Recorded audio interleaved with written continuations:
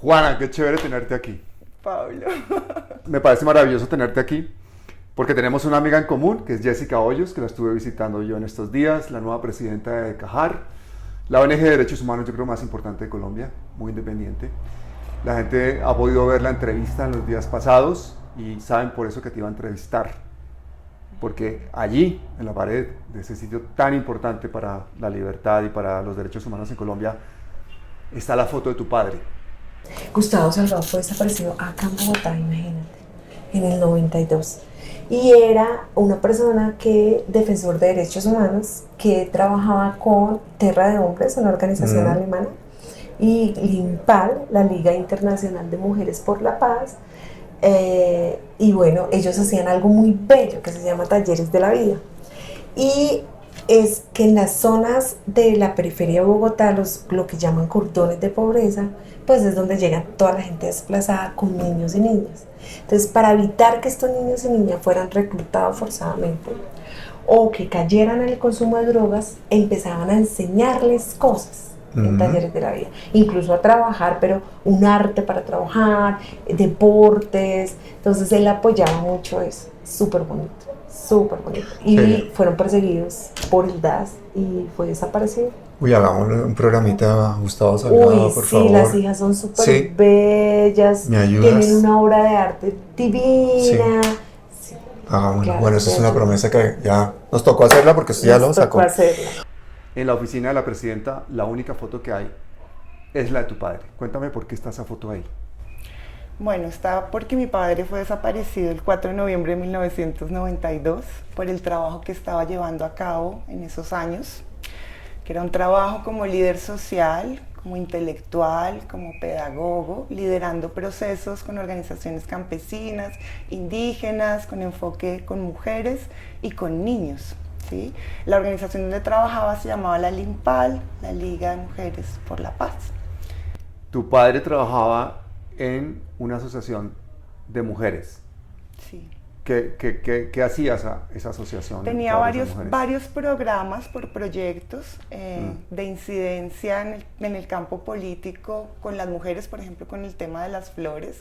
Era una de las investigaciones que se estaba haciendo y de todo el trabajo al cual eran sometidas las mujeres que trabajan en las industrias de las flores, investigaciones y proyectos con la implicación de la guerra en los niños, por ejemplo. Pero ¿cómo eran las condiciones de trabajo de esas mujeres en esos sitios?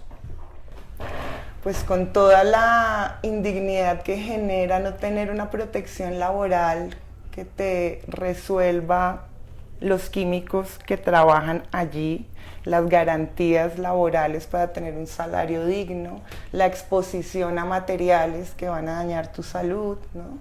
Es una ironía porque son las flores hermosas que vemos a causa del dolor y del sufrimiento de muchas mujeres trabajadoras con estas condiciones, ¿no? ¿Y cuál era la labor exactamente de tu padre dentro de esa organización? Pues de investigación y de pedagogía, ¿no? ¿Tenía que hacer denuncia de la situación de estas mujeres? Pues la denuncia se hacía en el sentido que tú trabajas con la población y se hace un proceso implícito de denuncia cuando haces un proceso pedagógico que es reflexivo frente a lo que está pasando. Eso tiene implícito que tú te hagas consecuente, que te hagas cargo de lo que está pasando y consciente, ¿no? Una conciencia política, digamos, de lo que está pasando en una exigibilidad de derechos que es molesta, por supuesto, porque sugiere unas transformaciones profundas, ¿no? En varios sentidos, pero en este caso es un caso puntual, ¿no? Tú estás hablando de 1992, teníamos de presidente a César Gaviria, ¿no? Sí. ¿Y cuál era la situación de seguridad para los líderes sociales como tu padre en ese momento?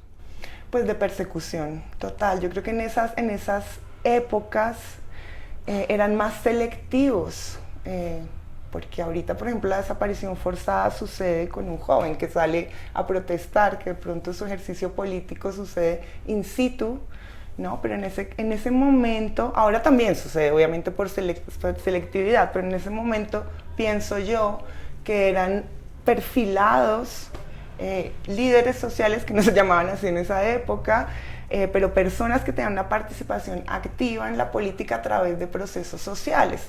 También mi papá trabajó mucho en tierras, era un tema central, es un tema central del conflicto, con campesinos y con tierras indígenas. También. Sí. Vale. ¿Dónde? ¿En qué parte trabajó? Sí, en tomas de tierra, en el Magdalena Medio. Magdalena Medio, wow.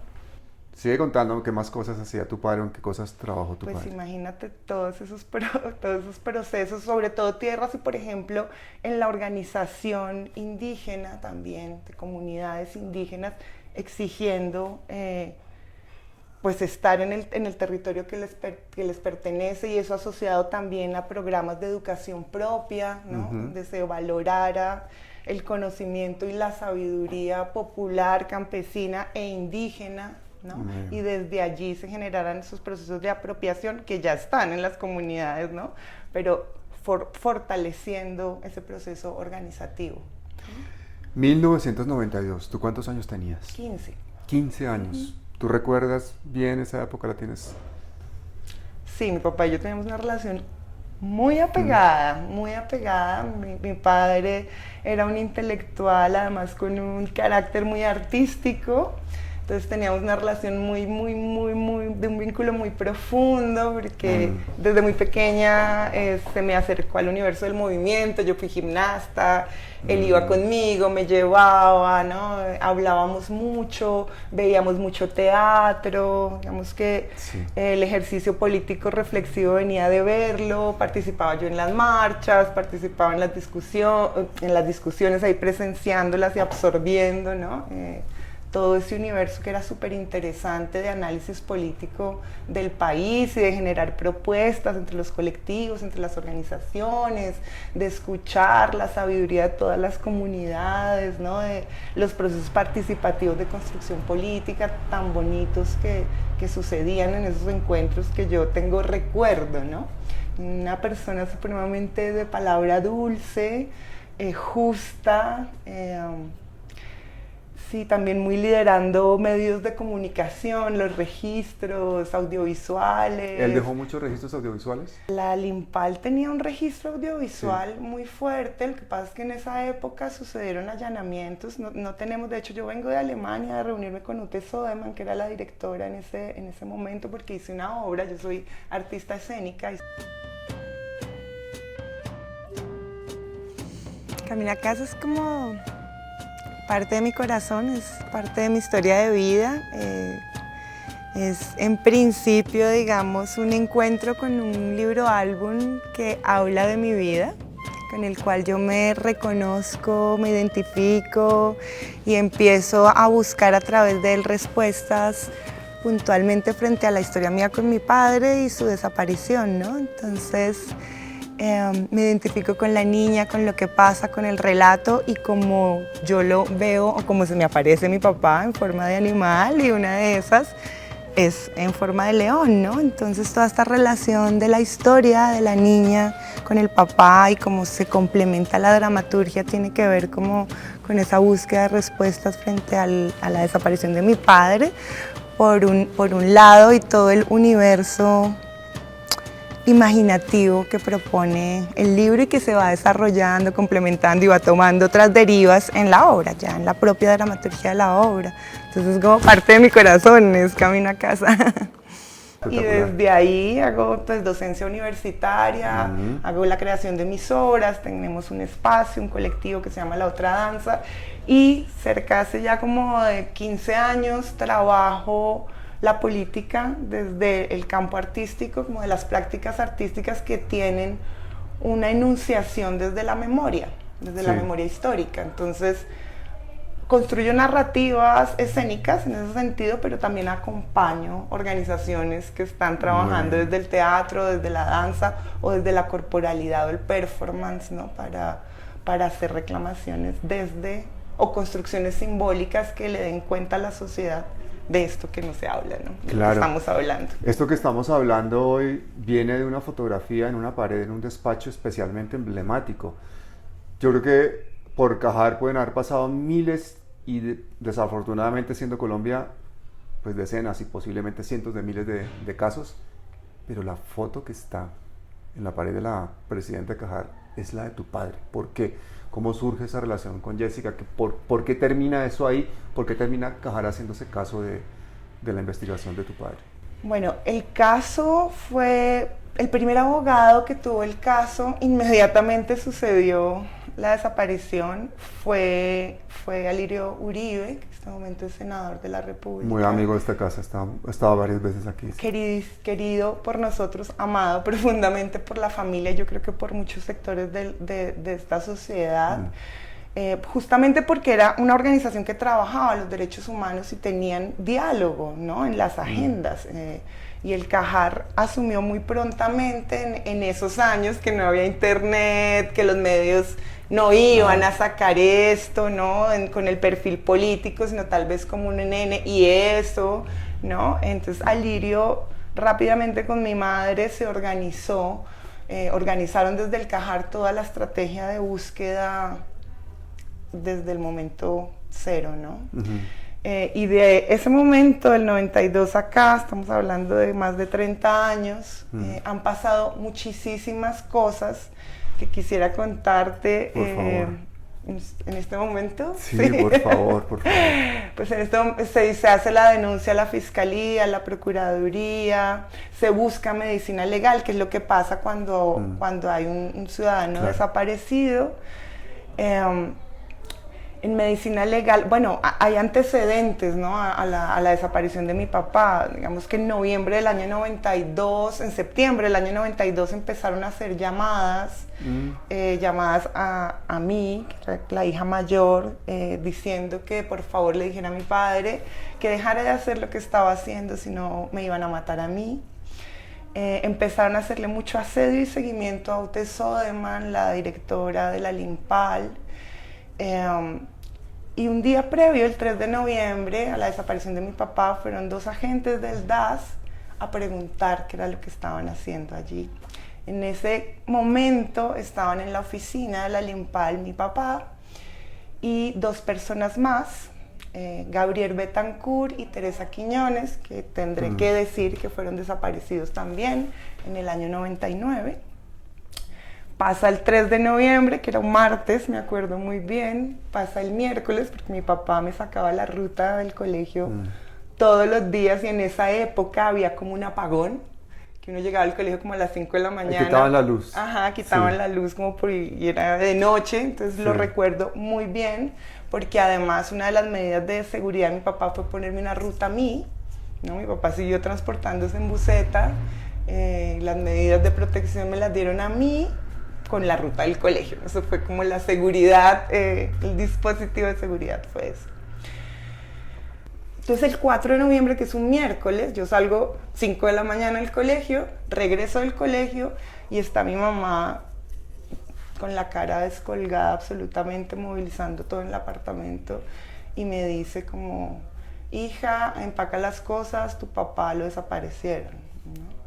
Porque tiene esa certeza tu madre. ¿A las cuántas horas de que tu padre se marcha a trabajar, ella tiene esa certeza? Porque él tenía una agenda ese día de trabajo. No llegó al trabajo. Ah, no llegó al trabajo. No.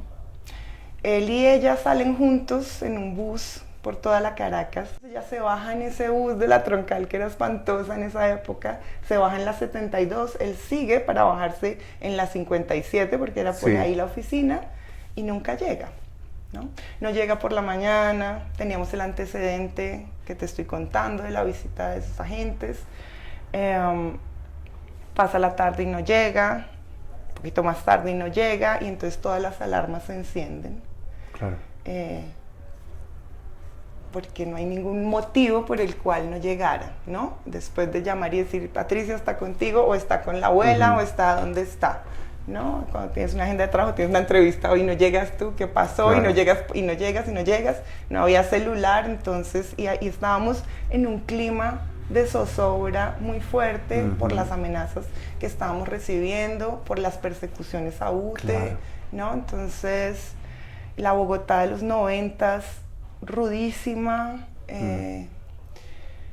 el ambiente rudo, las noticias que uno escucha de adolescentes y niñas muertas, igual que ahora, pero en esa época sí que era, bueno, Muchísima bombas violencia. del narcotráfico, todo lo que vivía el conflicto, como lo sentía uno en el cuerpo en la ciudad, más agregado a que efectivamente era un líder social que estaba tratando temas de denuncia a través de procesos pedagógicos que eran molestos y ya sabíamos que estaban molestando porque procuraban la organización de la gente en reclamación de sus derechos, en tierras, en condiciones laborales, etc. ¿no? Entonces él no llega,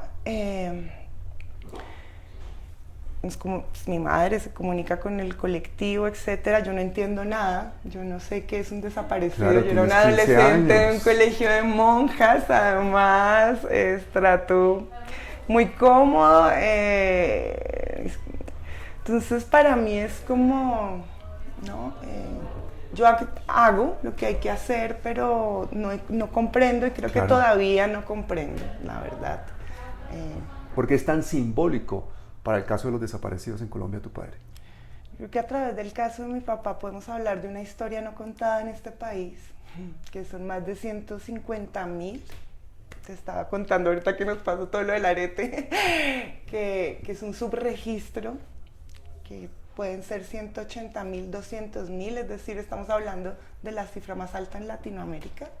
200.000 personas desaparecidas. Sí, hombres y mujeres, jóvenes, niños desaparecidos en el marco del conflicto armado, con una sociedad que no sabe, que no es que no eres solo tú, es toda la sociedad, y esto no es porque la sociedad no sea sensible, sino porque no se ha dicho, no se ha dimensionado en el campo público, ni comunicativo, ni pedagógico, la dimensión que tiene la desaparición forzada y lo que significa para un país y lo vergonzoso que es para un país sostener cuerpos ausentes, ánimas presentes, porque por eso lo nombraba en presente, porque ellos siguen estando presentes, su pensamiento sigue estando presente y su ausencia nos duele profundamente. Pues ese artículo que ves en el Cajar dice la herida abierta, Sí. porque no soy solo yo, somos muchas hijas, hijos, madres, padres. Mi abuelo se murió de la depresión, mi abuelo no apenas digas. sucedió, se ancló a una mecedora a fumar por la ventana. Nunca volvió a hablar, ¿sí me entiendes? Yo tengo el recuerdo de él, de verlo mecerse y ver por la ventana, y ver por la ventana. Y casi que yo veo esa mecedora porque la heredé yo, y tengo esa imagen en mi corazón, ¿no? Mi abuela también, con todo lo que ha pasado en las investigaciones, porque Jessica retoma el caso con mucha fuerza, porque es una mujer muy admirable, muy berraca, y me da mucha alegría que ella esté, porque gracias a ella el caso estuvo cerrado un montón de años y apenas ella lo retoma, empieza a tejer y a tejer y a tejer con mucha inquietud y con mucha resonancia, porque además ella también tiene una historia, ¿no? Su padre fue asesinado también. Entonces digamos que estamos hablando de una herida abierta común, ¿no? Entonces por eso pasa, la gente no tiene ni idea, se estigmatiza también en los 90s, en toda esa construcción de las narrativas de quién es el otro, la otredad, de quiénes son los que reclaman esos derechos, y es como gente por allá subversiva, comunista, la que se encarga de estos temas, y eso tenemos toda esta herencia absurda de la Guerra Fría que nos divide en dos, nos polariza y nos sigue polarizando, y es el ejercicio comunicativo, ¿no? Que tú no tengas participación, los medios alternativos son muy importantes, pero para la dimensión de este país no es suficiente, no hay voluntad política, etc. Entonces, por ejemplo, en mi caso de adolescente, hasta hace, no sé, mi silencio fue un silencio casi de 15 años, de poder decir yo soy hija de esta persona y me siento súper orgullosa. Claro. Sí, me siento súper orgullosa porque muy pocas personas, o muchas, o las que quieren, les da miedo, pero son muy pocas personas, por todo el ejercicio cultural, que piensan en lo común. ¿no? Porque somos una sociedad individual, Súper, individualista, sí. etcétera. Entonces, para mí, esos 150.000, 200.000 es un tesoro, es una joya, son los seres más hermosos que parió esta tierra, porque lideraban causas comunes para que unas trabajadoras tengan mejores condiciones. ¿Quién le pone el cuero a eso? Con una familia de 3 hijas, yéndose en bus todos los días, ¿me entiendes? O sea, esas personas, por eso para mí son tan sagradas, siguen presentes, no dejaré de buscarles, porque a través de mis obras un poco lo que hago, un poco no, es ponerlas en presente, que es lo que hace el arte escénico, que es tan maravilloso por eso, porque además es aureático, ¿no? Y sensibilizar al otro a que entienda que esa persona no es lo que le dijeron, que pueda tener más herramientas de comprender por qué la justicia tiene estas maneras y por qué la justicia hay que defenderla y ponerle el cuerpo. Y entonces yo trabajo mucho con organizaciones de familiares desaparecidos desde esas narrativas artísticas y es muy impresionante cuando yo me introduzco en las historias de vida de quiénes eran ellos, porque todos son seres, eso, con una belleza humanística que da cuenta de una generación de los 70s, de los 80s y de los 90s que no la quitaron, ¿no? Entonces a mí eso me genera un dolor profundo, porque otro sería el país, ¿no? Donde pudiéramos hablar con eso sin asesinarlo. Es decir, ahorita abajo estamos hablando de lo de Palestina, ¿no? El silencio que tenemos como sociedad frente, bueno, a Palestina, es que vemos niños en hileras y nadie dice nada, o sea, es como... Y esa es mi sensación con los desaparecidos también. Tenemos tantos cuerpos por encontrar, porque además el tema de la muerte es súper misterioso con los desaparecidos y cómo tienen apariciones a lo largo de la vida en las familias. Y cómo eran personas visionarias. Por ejemplo, mi papá tiene un ejercicio reflexivo que es muy interesante. Mi mamá encontró un cassette en su coso de cassettes, pues, que ya nadie escucha un cassette, ¿no? Y encontró una grabación de él. Wow, y era eso es un tesoro. súper Claro. hermoso y Sí. súper fuerte escuchar la voz, porque los archivos que nos quedan de él son pocos materiales. Un indígena al final del congreso diría: este congreso es la escuela donde hemos venido a educarnos. Yo entiendo que lo que hemos hecho aquí es como un libro, que no hace falta escribir, porque nosotros retenemos en la memoria, que será la herencia que dejaremos a nuestros hijos, y a ellos a sus hijos. Este libro no lo ha escrito una sola persona, sino que contiene las verdades que aquí nos hemos transmitido de indígena a indígena, de indígena a indígena. Son las verdades que nosotros conocemos porque nos han enseñado las necesidades y la lucha.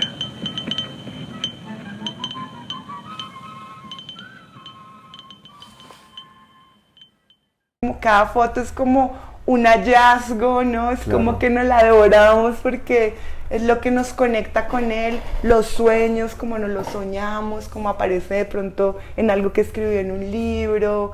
Yo tengo todos sus discos y tengo una torna y cada vez que necesito pongo su música, ¿no? Es como una forma de conectarme con él, con su sentimiento. Vibro mucho porque la sangre es la sangre y haber sido partícipe de ver y habitar esas marchas, de ver todos esos rostros indígenas, de ver los elementos que estaban en la casa, ¿no? Lo que él llevaba, la comida que llevaba. Todo eso da cuenta de un país profundo, de un país lleno de injusticia, y eso me parece muy bello. Yo tengo en la memoria a Eric Arellano Bautista, que no sé si tú lo conoces, Sí, claro que sí. que ha escrito un libro que yo no me lo podía creer cuando me lo mandó, que es la cartografía de la desaparición forzada en Colombia, con unos mapas que ojalá fueran mapas de montañas y fueran mapas de ríos, y son mapas de los sitios, de las zonas, perfectamente tipificado las barbaridades que se han hecho y cómo se ha desaparecido la gente por todo el territorio nacional. también sufrió la desaparición de su madre, y este canal nuestro es un canal de derechos humanos, y a veces la gente dice, oye, ¿por qué hablan tanto de política? Pues hombre, pues porque la política al final terminan siendo muertos si no se lleva a las posiciones de poder a las personas adecuadas, y si no se acaba con tanta desigualdad, pues es conflicto y todas esas cosas. Entonces hemos terminado haciendo de todo, entrevistas y cosas, pero esa desaparición forzada que nos persigue a los colombianos, a los que no tenemos pues la desgracia de haber sufrido un caso de estos, no terminamos de entender la importancia de que aparezcan, es decir, de que aunque aparezcan los restos, de que se encuentren los restos. Explícame tú eso, por favor, porque yo creo que si no lo explica alguien como tú, no lo entiende nadie. Y hay muy poca gente que entienda eso. ¿Por qué las familias no se dan por vencido? ¿Por qué sigues tú, después de tanto tiempo, después de tantos años, a través de tu arte, a través de tu búsqueda, a través de tus ideas, de tus sueños, buscando a tu padre? Sí. Bueno, por muchas cosas. Primero, decir que yo necesito saber quién lo hizo, ¿no? Sus razones, comprenderlas, el por qué se dirime un conflicto, una diferencia desapareciendo un cuerpo. Eso no lo entiendo. Es una pregunta transversal, eso por un lado, pero por el lado individual que tú hablas, que además las mujeres así que han sido las protagonistas de la búsqueda, tiene que ver con cerrar el duelo. El caso de mi papá tiene algo que es muy impresionante, y es que tú has visto que las organizaciones llevan el retablo de la foto, ¿no? Que es nombrarlo en la imagen, justamente porque no hay cuerpo, ¿no? Mira, con el caso de mi papá sucedió algo que es escalofriante. Mi mamá lo relata como una doble desaparición. Esto ha sido un ejercicio de investigación entre mi mamá y Jessica y el CAJAR. Imagínate que cuando todo esto, pues te voy a contestar, sí, porque lo quiero decir porque me parece súper importante, porque tiene que ver con eso. En el año 92, el primer informe que se presentó Medicina Legal a la Policía Judicial hablaba de un reporte de 3 fichas, de 3 números que daban cuenta de unos muertos, de unos NNs con características fisionómicas parecidas a mi papá. Bien. El mismo informe dice que es imposible que esas 3 características fisionómicas de esas 3 personas sean mi papá. O sea, se contradicen, ¿no? Porque ellos creen que él está fuera del país. Así termina el informe. Bueno, pasan un montón de años, eso se queda allí, no pasa nada. En el 2014, si no estoy mal, un buen fiscal, justamente en tu programa anterior tú preguntabas si todos los fiscales, un buen fiscal, sí, le parece súper extraño esto y manda a buscar unas pruebas de estos protocolos, de estos 3 números de registro, de estos 3 NNs, manda a buscar a los agentes que llegaron a la oficina, etcétera, etcétera. Bueno, primero se da cuenta que este informe de 3 registros está firmado por los mismos, por 2 de los mismos. ¿No? Bueno, eso por un lado. Por el otro, llama a la familia a hacer cotejos de pruebas, ¿no? Eso queda allí. Ahí aparece algo que es muy impresionante, y es que cuando él pide esas pruebas, uno de esos 3 números, que es el 6694, aparece de la siguiente manera. Dice: el 6694 se registró como Gustavo Salgado, pero no es Gustavo Salgado porque alguien ya lo reclamó como la. ¿No? Queda archivado el caso. Lo retoma Jessica y dice: pero ¿cómo así? ¿Cómo es posible que haya entrado Gustavo a Medicina Legal en los años 90? Hay un reporte, no se le dijo a la familia, ¿no? Vamos con mi mamá, las 2 son llaves en la investigación. vamos a ir a medicina legal. Esto es el año pasado, el 2021, ¿no? Va mi mamá con Jessica a medicina legal buscando esos álbumes del 92, que te imaginarás cómo es. Bueno, medicina legal, cualquier medicina legal debe ser horrible, pero la de acá es terrible. Caracas, sexta, edificio terrible, en una oficina oscura, terrible. Te pasan unos álbumes de los 90, cero cuidado, cero nada, en una butaca horrible. Se sienta mi madre con Jessica. Esto mi madre sin saber los números, ¿no? Bien. Empieza mi madre, horas, ¿no? Y en esto que te digo del por qué siguen buscando, que es tu pregunta, hay algo que tiene que ver, que es muy inexplicable de transmitir, pero tiene que ver, y ha pasado con muchos casos de familiares desaparecidos, con la conexión que tú tienes con el muerto, ¿no? Con tu familiar. Y ella ve una foto y lo reconoce en esa foto. Y la saca y va y la ve. Esto me imagino después de 30 años. ¿Reconoce una foto de medicina legal después de 30 años tu madre? Sí. ¿De tu padre? Sí. La saca y le dice, Jessica, él es Gustavo. Esto en un estado de dolor profundo, que te hablo mucho de lo que significa para nosotros la imagen, la foto del desaparecido. Ahora la foto del desaparecido, pero además masacrado, porque no estás viendo una foto de un NN que no es que es de muerte natural, sino de muerte violenta. Jessica habla con la funcionaria dice que eso es imposible, que mi mamá se van, de ahí en adelante esto ha sido una tragedia, encima de la tragedia, ¿no? Emocional para todas, muy fuerte. Somos una familia de 4 mujeres. Dice Jessica, esto no es suficiente, se hace una reunión familiar, todas las crisis emocionales, imagínate, voy yo a hacer el contraste, de nuevo, pila de álbumes, montón de fotos, yo empiezo a separar así con mis dedos, metiendo hojitas, quién tiene barba.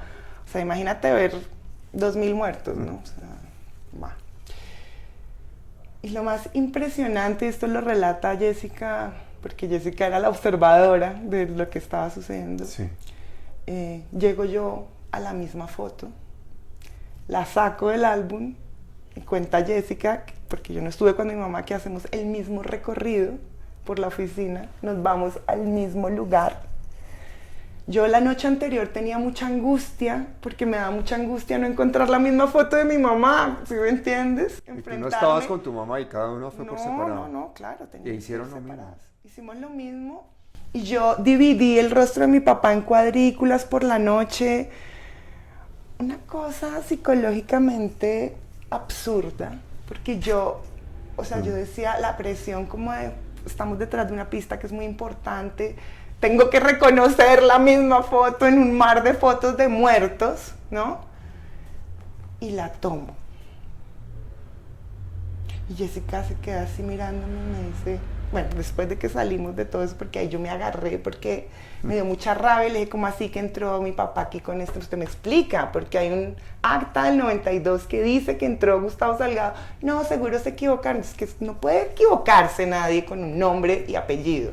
Perdona, O sea, pero es que como... estaba en el acta el nombre de tu padre. Sí, en este registro, primer informe que hicieron en el 92, que te digo que el mismo informe se contradice, porque dice que hay 3 personas parecidas registradas como NNs, pero que seguramente él está fuera del país. Esas son las conclusiones del informe. O sea, que todo se da como para pensar que hubo una manipulación en este tema, o simplemente se puede tratar de un error administrativo. Mira, yo creo que pasaron ambas cosas, si te soy honesta. Primero, cómo registran los 3, y segundo, cómo se contradicen. Yo creo que para mí están los dos. Hubo quienes hicieron su trabajo y dijeron, está este cuerpo con estas características, se parece, y están quienes hicieron el otro trabajo. Sí, para mí hay una convergencia de ambas cosas. Entonces, sucede esto. Jessica, nos reunimos, me dice, ese protocolo es el mismo, es uno de los números que aparece registrado en el informe del 92. O sea, ahí tenemos la plena certeza.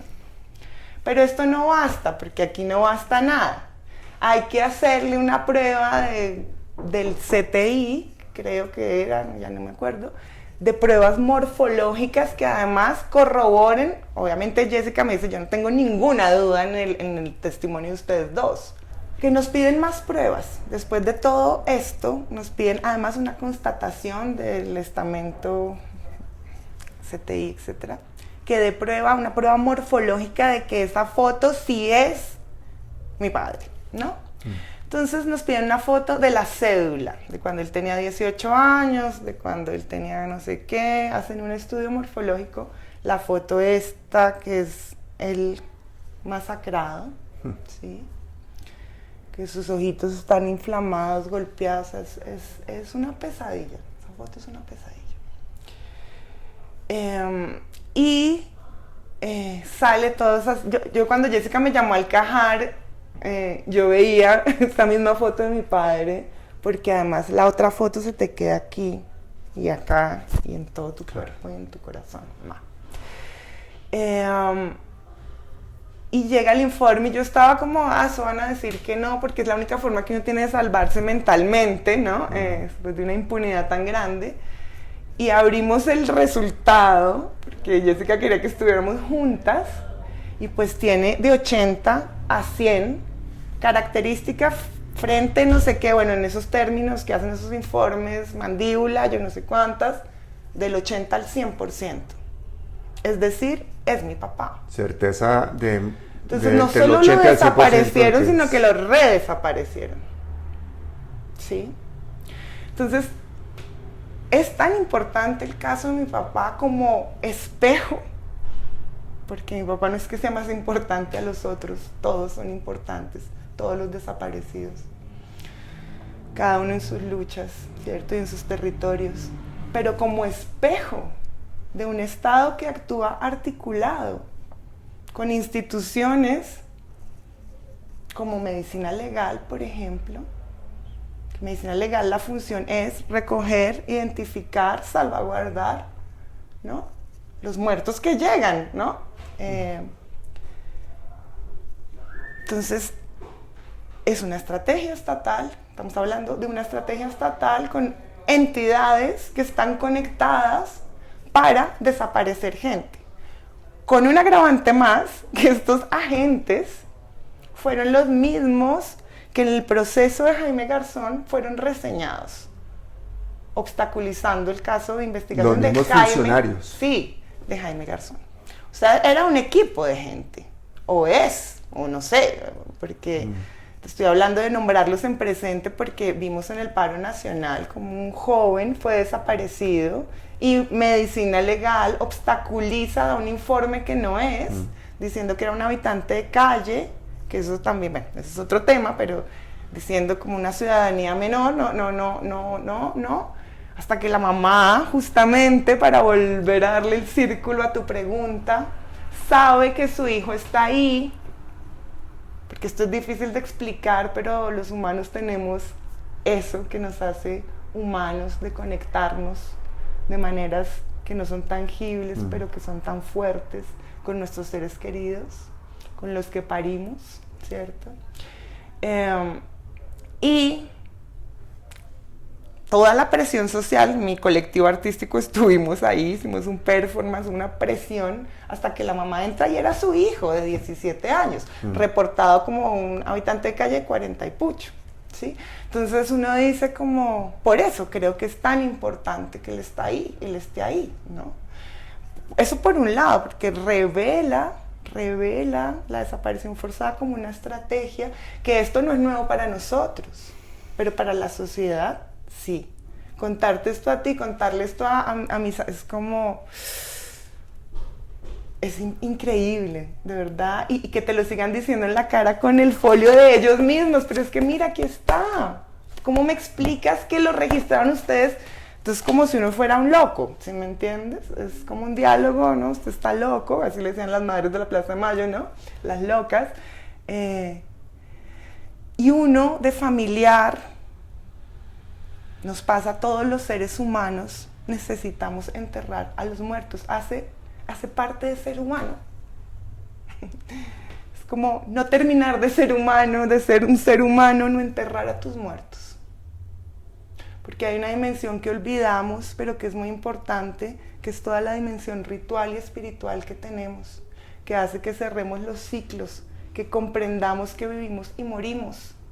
Entonces, cuando tú no comprendes que naciste y moriste porque vas al entierro de tu abuelita y cierras ese capítulo y puedes dignificar esa vida, recordarla en alegría con tu familia, entonces queda en tu narrativa, en tu cuerpo, porque además las afectaciones psicosociales, el cáncer que dan familiares, las parálisis, todo lo que viene asociado a enfermedad que genera no poder enterrar a tu muerto porque quedas en vilo,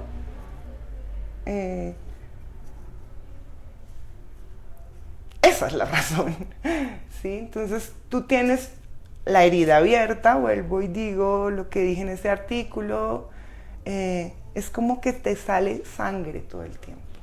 Es como, la imagen para mí es esa. Es como que te escurre sangre, como que uno camina escurriendo sangre.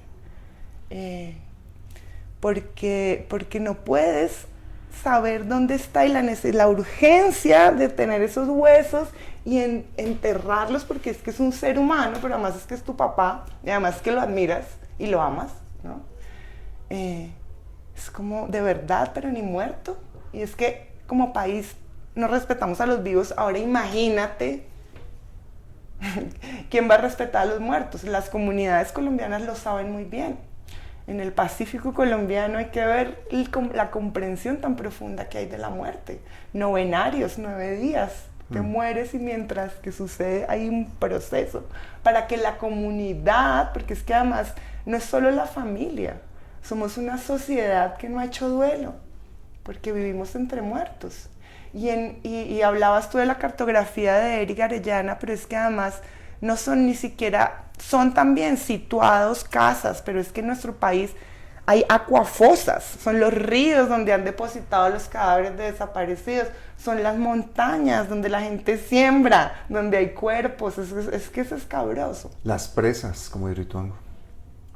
Hornos de cremación, presas, vertederos, como en la Comuna 13, amigos tengo, amigas tengo, lideresas con sus amigos, ahí debajo de basura, ¿sí? Entonces, esa es la razón, y es que eso nos interpela a todos, porque todos nos vamos a morir, todos necesitamos ese momento de la vida que es la muerte, porque es que la muerte hace parte de la vida. Entonces tú quedas con tu vida en una dimensión, y entonces hasta que las mujeres, las familiares no encuentren, pues se puede vivir, así de simple.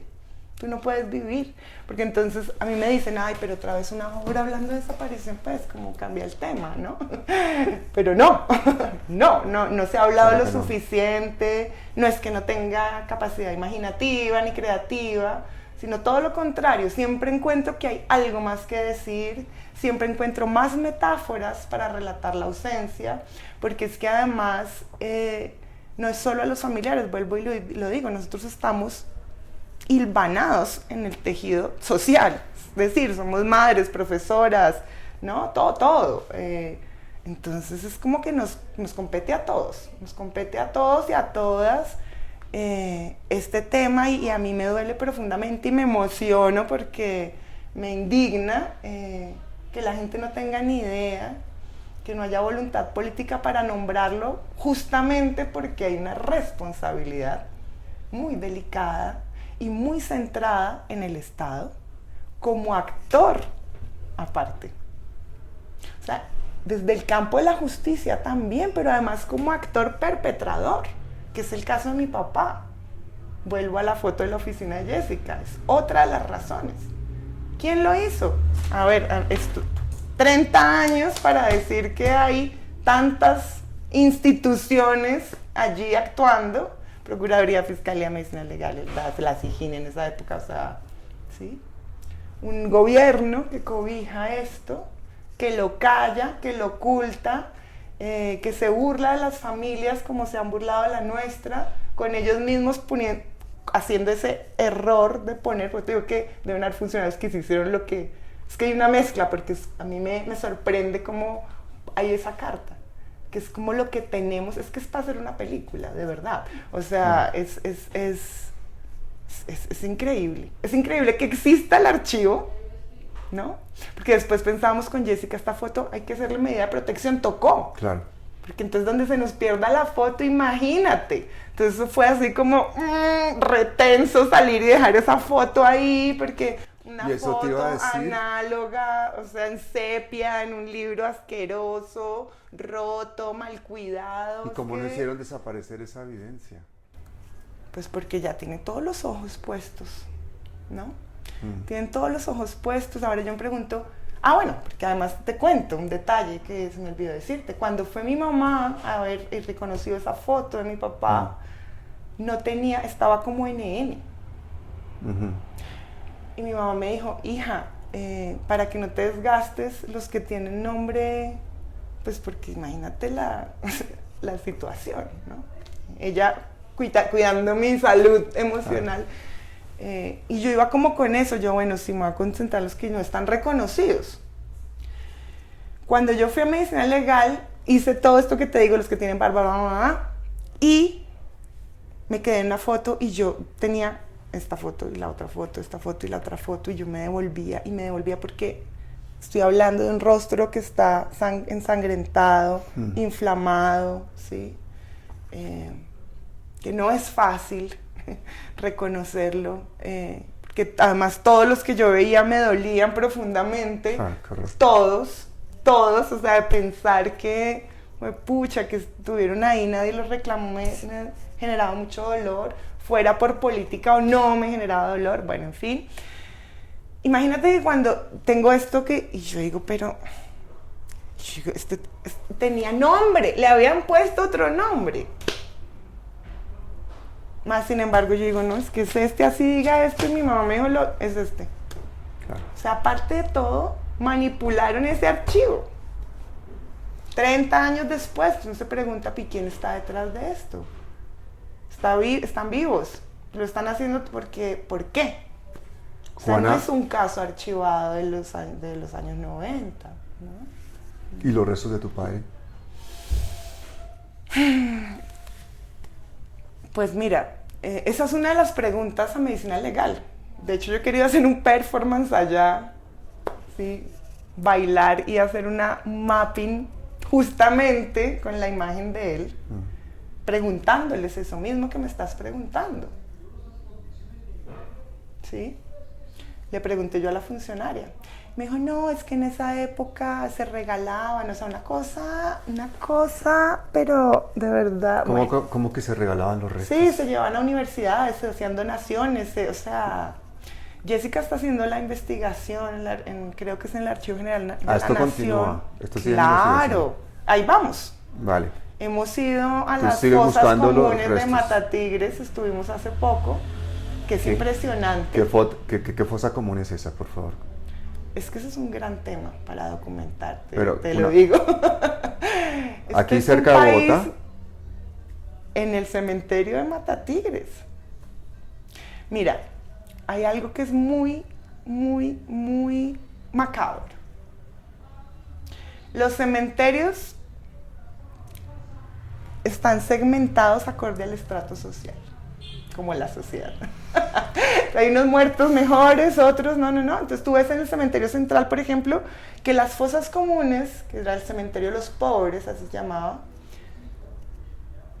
hubo un proyecto de un alcalde que coincide paradójicamente con el proyecto de Matatigres, el cual fue, los cementerios de pobres, que eran fosas comunes de cuerpos NNs, fueron hechos parques. ¿Sí? En el caso del cementerio central, es el Centro de Memoria, Paz y Reconciliación después de luchas políticas que lograron que ese predio, Pero igual, sigue siendo terrible, porque tú ves las excavaciones para construir el Centro de Memoria y salen cráneos, cuerpos, o sea, es una cosa... Bueno, pero en el de Matatigres, que me fui por otro lado, pasa lo mismo y pasan dos cosas muy interesantes. Primero, este sector de Fosa Común es el Parque de Ciudad Montes, que queda un teatro, además, donde yo he bailado. Es muy impactante que en los lugares donde hay fosa común crece una vegetación distinta al césped.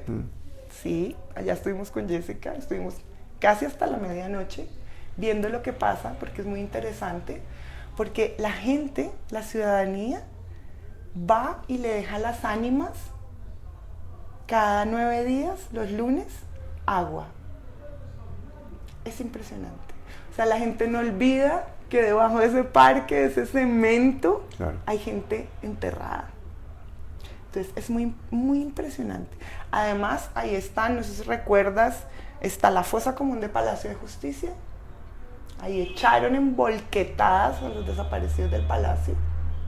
La gente cuenta que en los 90s, justamente, los huesos se salían y hedía. El olor era horrible, ¿sí? Y entonces hacen un borramiento de esa memoria, pero la ciudadanía se acuerda. Y ahí hay muchas cosas interesantes que confluyen, porque, vuelvo y te digo, son ciudadanías no queridas, ¿no? Que a nadie le importan. Entonces están los de las muertes violentas por política, persecución política, pero también están, bueno, atracadores, de todo, ¿no? Entonces una fauna es súper interesante, es un poco parecido a lo que pasa con la Santa Muerte en México. Lo sentí yo un poco así cuando fui, yo no sabía eso. Sé que, por ejemplo, hay comunidades campesinas que recogen en los remolinos de los ríos cuerpos y hacían cementerios de nenes y los nombraban, porque eso pasa en Bogotá, los nombran de afecto para darle una dignidad a ese cuerpo, pero después en las investigaciones es un video, porque entonces, no me acuerdo cómo se llaman, los columbarios, porque hay unos que están en columbarios, pero hay otros que están en estas fosas. Los que están en columbarios, algunos tienen estos protocolos que te nombro. Y ahí con Jessica mirando una cosa, pero es como buscar en un mar, ¿no? Pero estamos detrás justamente de eso, de saber estos números de protocolo, ¿dónde están? ¿Sí?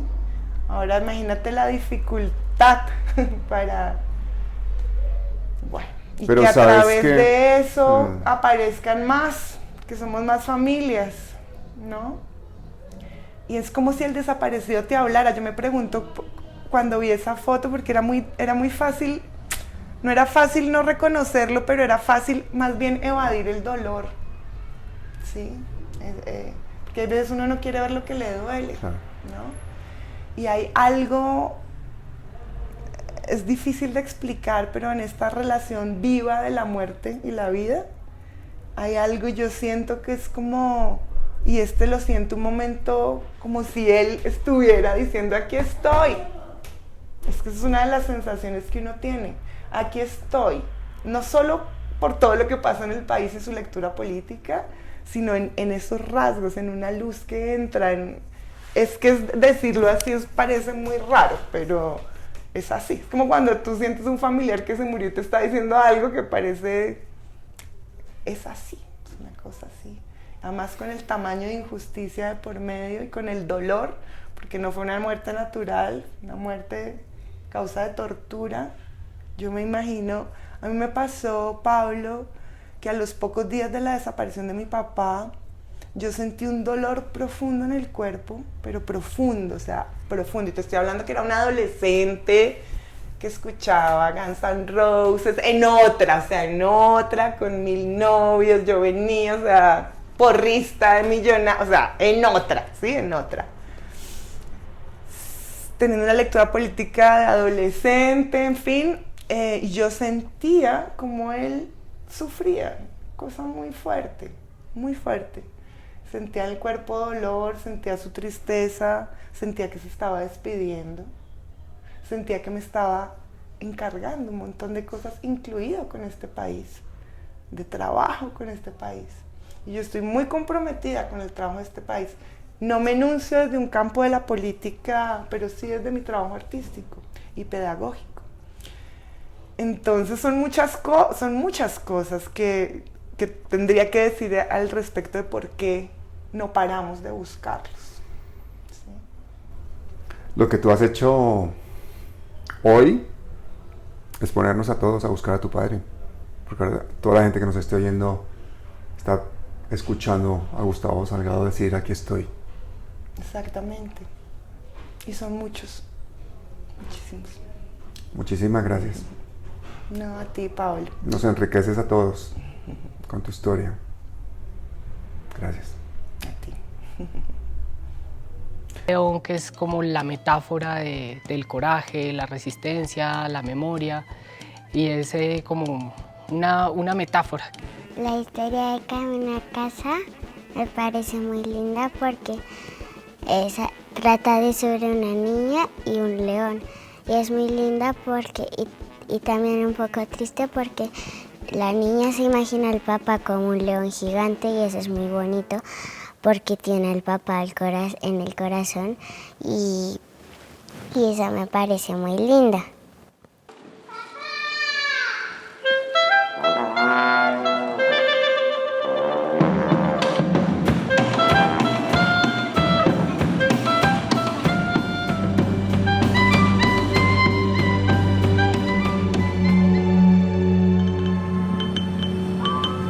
Un indígena al final del congreso diría: este congreso es la escuela donde hemos venido a educarnos.